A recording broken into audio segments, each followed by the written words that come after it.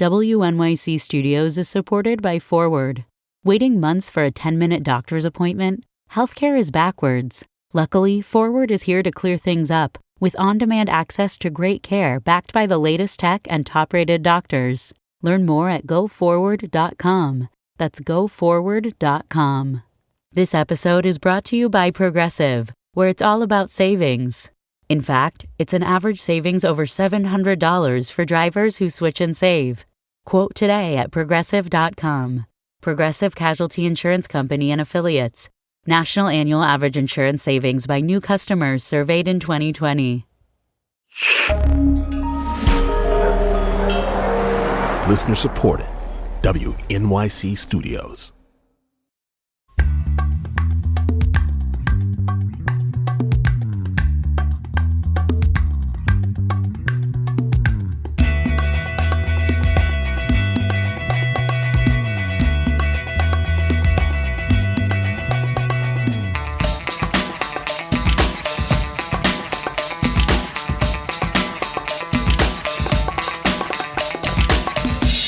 This week, ahead of Juneteenth on Saturday, we've been discussing underreported stories from Black history. But now we're going to talk about ways you can commemorate and celebrate this weekend. Juneteenth honors June 19th, 1865, the day when enslaved African Americans in Galveston, Texas, learned they were free, 2 months after Confederate soldiers surrendered, and nearly 3 years after the Emancipation Proclamation. Last year, Governor Cuomo made Juneteenth an official state holiday, and Mayor de Blasio made it a city and school holiday. And this week, the Senate and House passed a bill that would make Juneteenth a federal holiday. The bill now heads to President Biden's desk, and he's expected to sign it today around 3:30. The team at the website 6 Square Feet put together a list of events happening throughout New York City, from film screenings and musical performances to panel discussions and walking tours. We're going to link to that list on our website. 2 things you should know about that list, though: that the ticket requests for the screening of Questlove's new documentary Summer of Soul, or When the Revolution Could Not Be Televised, at Summer Stage at Marcus Garvey Park. Tickets for that closed last Saturday. You'll be notified if you receive a ticket. We also, as one of those events that's on the list, we'll be discussing on this show tomorrow. I Dream a Dream That Dreams Back at Me, a Juneteenth celebration happening Saturday at Lincoln Center. On tomorrow's show, we'll have award-winning poet and artist Carl Hancock Rux and WQXR host and singer Helga Davis. Joining us now to discuss a list of events is 6 Square Feet editor Dana Schultz. Dana, thank you so much for joining us and sharing your list with us. Thank you so much, Allison. It's great to be here. Listeners, we want to hear from you. How are you celebrating Juneteenth this year? Are there any events you'd like to shout out or organizations? Give us a call. Our lines are open. 646-435-7280. We're talking about how you're going to celebrate and spend Juneteenth. So let's go through this list. You have the 12th annual Juneteenth New York Festival. And this one looks like it's pretty popular. According to its site, in 2019, the festival attracted 5,000 in-person attendees. In 2020, there were 20,000 plus virtual attendees. What happens at this 3-day festival? Where is it? Well, so one thing I think that's really cool about this festival is that it's actually been going on for 12 years. So, even though this is the first year that Juneteenth is an official holiday, people have really been celebrating it for quite a long time. The festival this year it's 3 days, and there are some virtual components as well, but there's going to be live performances, workshops, family activities, and also local vendors, so you can do a little shopping, get something to eat. So really, it's kind of just like a really fun family day out. That's the 12th? And it's happening, it's actually for 2 days. On Saturday the 19th, it's at Herbert Von King Park in Brooklyn, and on Sunday at Restoration Plaza. So you have 2 opportunities. That's the 12th annual Juneteenth New York Festival, if you want to look it up. Let's go to Brooklyn Resists. This is part of the Brooklyn Library? It is, yes. It's part of the Brooklyn Public Library Center for Brooklyn History. And it's part of their larger initiative, Brooklyn Resists, which explores the history of racial protest in Brooklyn, starting from abolition to today. And the Center for Brooklyn History created this initiative last year in response to the killings of George Floyd and Breonna Taylor.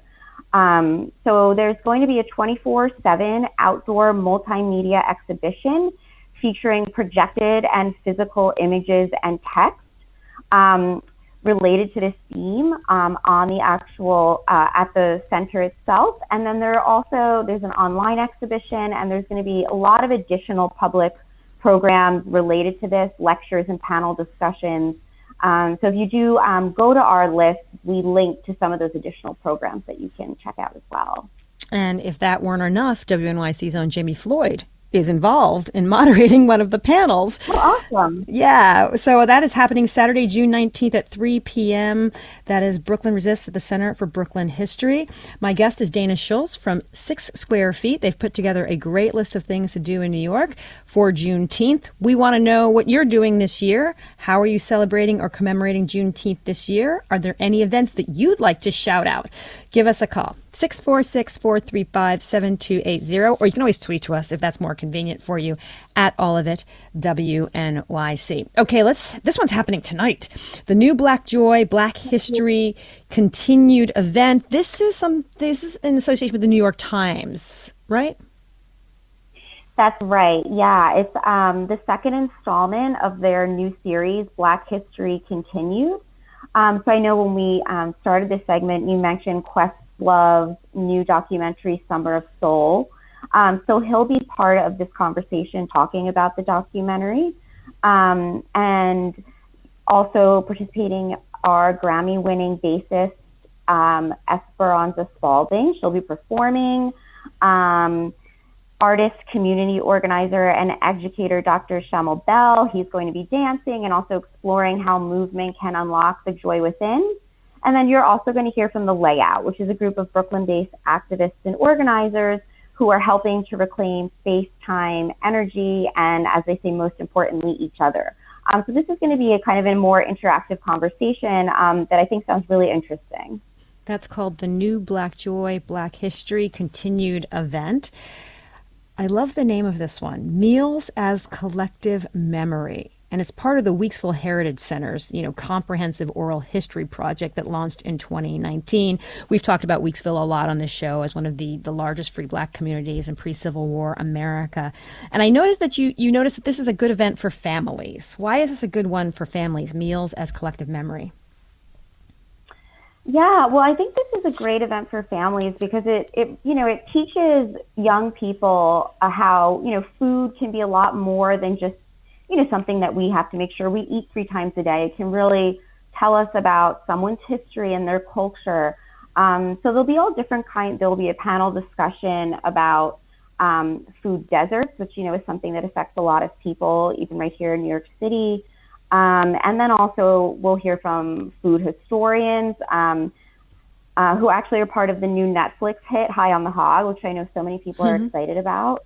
So this is, it's a really kind of interesting way, an interesting lens through which to learn about this type of history.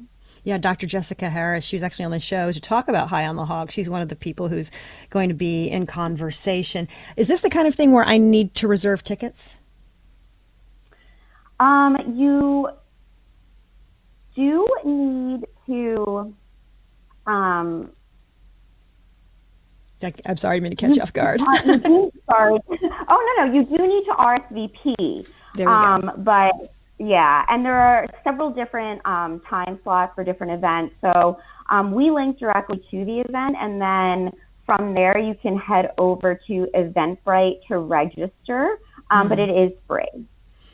Let's talk about the Central Park Conservancy tours of Seneca Village. It's happening this Saturday and Sunday. Seneca Village is that part of Central Park that was a community of predominant African Americans, many of whom owned properties. So what is happening? Is it just a tour, or somebody's going to explain the history of Seneca Village? What's happening? Sure. So what I think is great about this event is there's going to be in-person tours of what was once Seneca Village, as well as virtual tours. So depending where you are physically, whether or not you're kind of comfortable joining a group tour, at this point you can still join in on the event. The in-person tours, like I said, will take you through the area of Central Park, which is roughly West 82nd to 89th Street, that was Seneca Village. And, you'll learn about that history. The tour guides will point out certain locations that are of significance. And I think this was actually a few years ago now, but Central Park Conservancy actually put up little informational markers throughout the park that tell you about the history of Seneca Village. So even if you're not able to make one of these tours this weekend, the Conservancy does do a lot to really preserve this history.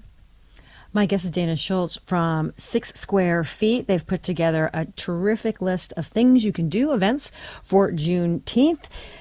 Let's talk about Troy Anthony's The Revival. It is Our Duty. This looks to be at the Shed in Hudson Yards on Saturday night. What is Troy Anthony's The Revival is Our Duty? Why is it worth checking out? Well, I think this is going to be something really unique, not just kind of your typical, concert, not your typical dance performance. Anthony wrote, they're described as powerful, grounding, original songs, and they'll be performed through with a large choir and band, and it's going to be, I think, a really moving event. Using music and lyrics to explore this very specific history. We've got a shout out to Harlem's Shop and Sip. You shop at a particular store along Lenox Avenue, and if you buy something, you show your receipt and get a free cocktail at participating Harlem restaurants the more information at experienceharlem.com. That's kind of fun. Very fun. Very fun. Since we're talking about Harlem, let's talk about the Schaumburg Center Literary Festival. Obviously, the Schaumburg Center for Research and Black Culture has reimagined its annual day-long book festival as a virtual festival taking place over 6 days. This has been going on for the whole week. Who are some of the featured authors and speakers at the festival? There are so many authors. I can't name them all, but the festival is culminating in the Words Like Freedom event on June 19th, and there's going to be authors from across the globe, including Cheryl Boyce Taylor, Yaba Blay, Honoré Fanon Jeffers, and the authors will be from many different disciplines: fiction, nonfiction, poetry, and the theme is celebrating and interrogating the sweet refrain of freedom song in our everyday lives. That sounds so exciting. Let's talk about Juneteenth, the Lot Radio at the Library for Performing Arts. This is happening Saturday afternoon, 11:30 to 4:30. What's happening there? Yeah, well, the Lot Radio is a really kind of cool Brooklyn group. They actually operate out of a reclaimed shipping container in Williamsburg. Cool. They're a 24/7 online radio station, and they've teamed up with the library for performing arts for a special Juneteenth event, during which guest DJs are going to be spinning music from the Music and Recorded Sound Division at the library, and it'll be showcasing their vast collection of music and spoken word recordings that celebrates African American culture and reflects upon the meaning of Black freedom. Let's talk about two things happening at the Bell House, which are a little bit lighter fare, shall we say. There's the third annual Juneteenth Jubilee, the Emancipation After Party. Is this a evening event? Is this a dance party? What's going on? Yeah, so this is happening at 6 p.m. on Saturday. And it's going to be kind of I would say sort of a celebratory party happening inside at the Bell House. There's going to be a live DJ there. You're also going to have a few comedians. So it's just kind of going to be, like they describe it, an after party. I think the idea is kind of, maybe you've done some more family friendly or educational events during the day, and then you're ready to celebrate. And this one I think could be hilarious. It's Drunk Black History. This is also at the Bell House at 9 p.m. For anybody who's ever seen the Drunk History franchise on Comedy Central, if you've ever seen the Harriet Tubman ones starring Octavia Spencer, it is classic. So can you explain to people what happens during Drunk History and specifically what could be happening during Drunk Black History? Sure. So as you said, this is also at the Bell House. So if you're going to attend the after party, you should definitely stick around. This is happening at 9 p.m.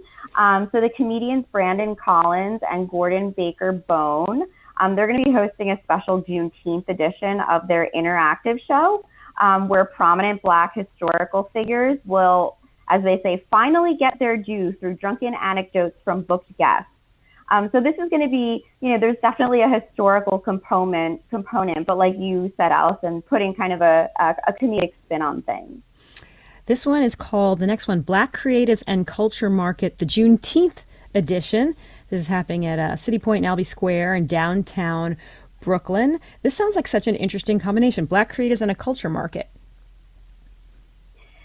Yeah, I would say this is kind of a Juneteenth take on a street fair or a flea market.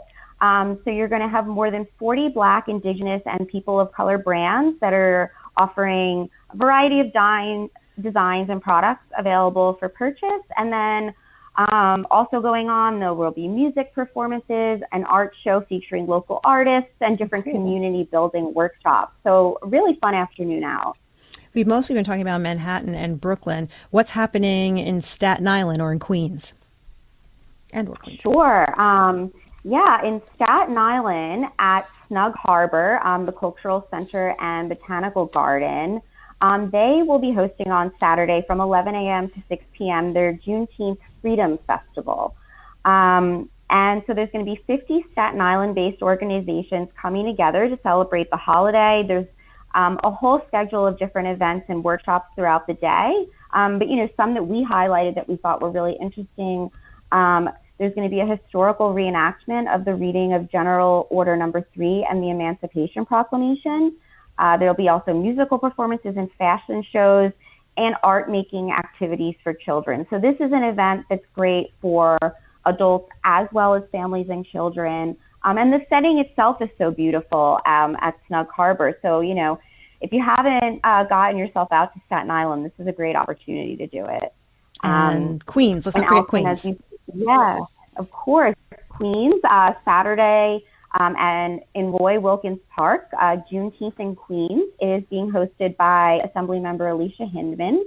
It's another kind of neighborhood festival. There's going to be a lot of interactive activities like an African dance masterclass, live painting, and then there'll be more food, retail, informational vendors. So there's going to be a lot of local food trucks there that sound really great as well. And I believe I forgot the Bronx. Do we have something for the Bronx? Yes. Okay, good. We do. Yes, the Juneteenth Family Day is happening at Pelham Bay Park. It's free fun for the whole family. There's going to be actually free refreshments and snacks, of course, as they last, yoga classes, Zumba classes, arts and crafts, performances. And this event's being hosted by Bronx Poetry, the Rose Garden event. So another kind of really fun day out. You have given us so many options. Everybody go to 6squarefeet.com. It's the number 6, SQFT.com. You can see this list of Juneteenth events. I have been speaking with Dana Schultz, an editor at 6 Square Feet. Dana, thank you so much for sharing all this information. We really appreciate you coming on the show and putting together this list. Of course. Thank you so much for having me, Allison.